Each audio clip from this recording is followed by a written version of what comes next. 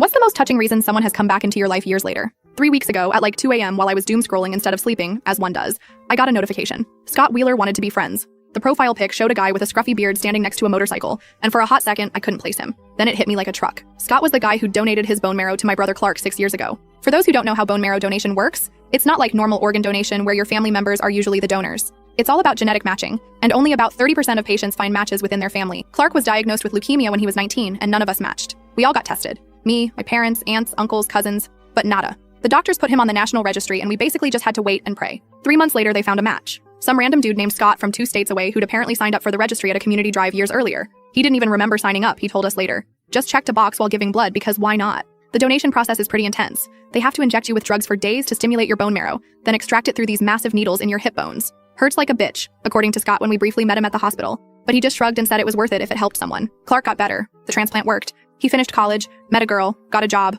All the normal life stuff that wouldn't have happened without Scott's cells. We sent thank you cards and updates through the donation program for the first couple years, but they have these privacy rules that keep donors and recipients somewhat separated. Eventually, the updates stopped. Life got busy. We were grateful, but Scott became this abstract concept rather than a real person in our minds. And now here he was, sending me a friend request at 2 a.m. I accepted it immediately and messaged him. "You awake?" The typing bubble appeared instantly. Scott explained he'd been thinking about Clark recently and wondered how he was doing. The donation program no longer forwarded updates after 5 years, so he'd done some light social media stalking, his words, and found me. "Hope that's not creepy," he wrote. I sent him pics of Clark at his wedding last summer. Scott's response was just a string of shocked face emojis, followed by "holy shit, he looks so healthy." We messaged back and forth for almost 2 hours. I told him everything, how Clark had graduated with honors, how he was working, how he and his wife were talking about having kids soon. Scott seemed genuinely thrilled with each update, asking questions about Clark's life like he was catching up with an old friend instead of essentially a stranger. Then around 4 a.m., Scott's tone changed. He asked if Clark still lived in the same city. When I said yes, he told me he was moving there next month. He'd gotten a job offer he couldn't refuse, his words again, but there was more to it. He said he'd been going through some heavy shit lately and needed a fresh start.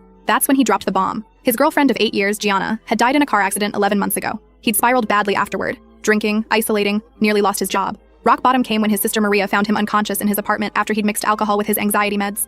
Not intentionally, he clarified quickly, but recklessly enough that it scared him straight. In his darkest moment, he kept thinking about Clark, this guy he'd never really known but had literally given part of himself to save. If Clark could fight through leukemia and build a beautiful life, maybe Scott could survive this too. That's when he started looking for job openings in our city. I was ugly crying by this point, over text, with a virtual stranger who wasn't actually a stranger at all. The next morning, I called Clark and told him everything. He sat silent for a long time, then asked for Scott's number. I'm not privy to their conversation, but Clark called me back 2 hours later sounding like he'd been crying too. Scott's moving here next month. Clark and his wife Jean are helping him find an apartment. We're planning a whole welcome dinner with my parents and Clark's in-laws. My mom's already stress baking like she does when she's emotionally overwhelmed.